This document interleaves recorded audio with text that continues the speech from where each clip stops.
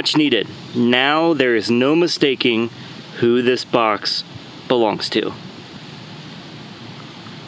Now that the garden bed is built, let's get some soil down. But before we do that, let's go over some other things you should consider before putting down your soil. If you built your raised garden bed and you're gonna be putting it in a grassy area, put the garden bed down where you're thinking of placing it and dig out all of the grass. You wanna make sure to get all the way down to the dirt level to get all that grass up and out of the place that you're gonna be putting your bed. Because we put our bed where the picnic table used to be and there's already pine straw, there's not a whole lot of weeds or grass that we have to contend with. So let's go ahead and take a look at our bed and see what we're dealing with. So there's not a whole lot of weeds that we have to deal with. We got a little bit here and some back there, but it's mainly all pine straw. So there's not grass or weeds that we have to go in and pull out, which is a good thing. But again, if you do have any grass or weeds, make sure to go in, dig it all out, clear out the area as much as possible, and then we'll move on to the next step.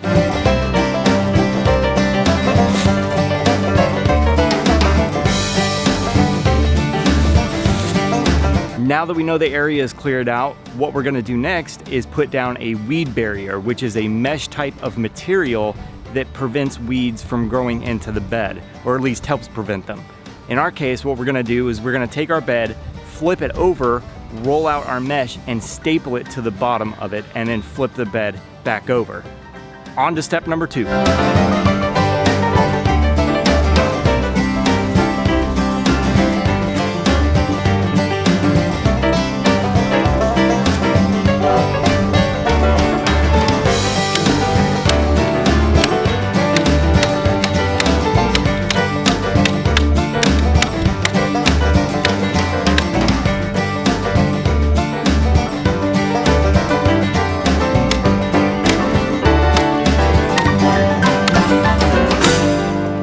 Now that we got that stapled to the bottom, you call in one of your coworkers to help you flip it back over.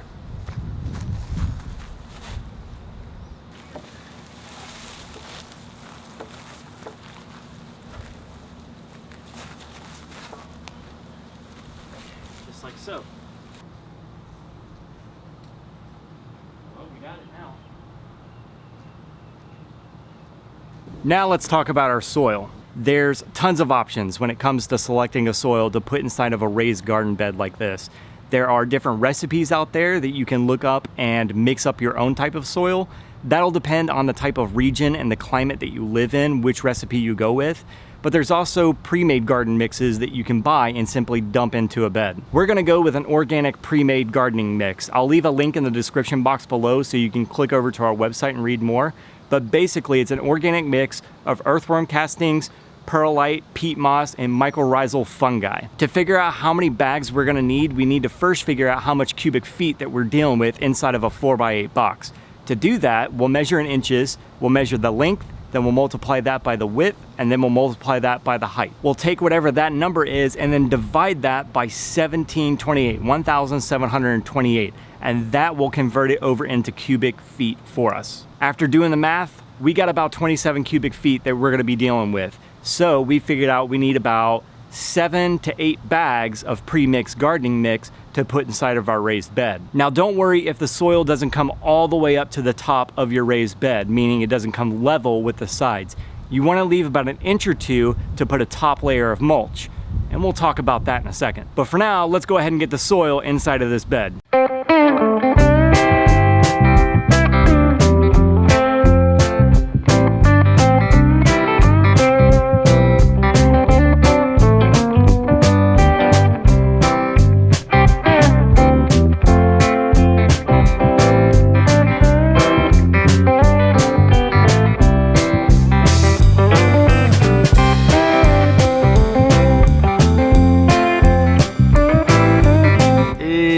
The next morning after putting in all of that soil, it took a lot more out of me than I expected yesterday afternoon. So I took a break and decided to finish up this morning. The thing about the soil that we use is it comes compressed in these bags.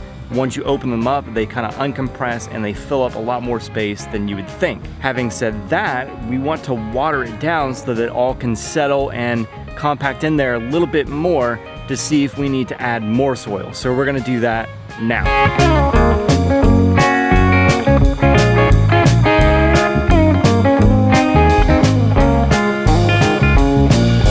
After soaking the soil down, we got about 3 inches between the top of the soil and the top of the bed. So I think we can afford to put 1 additional bag of soil on top of what we already have. So that's what we'll do now.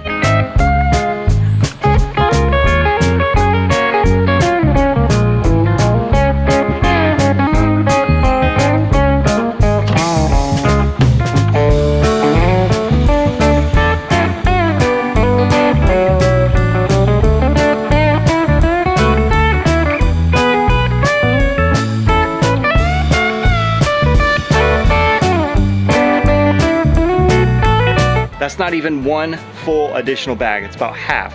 We're gonna go ahead and soak that down, let it settle, and see if we can add the rest in.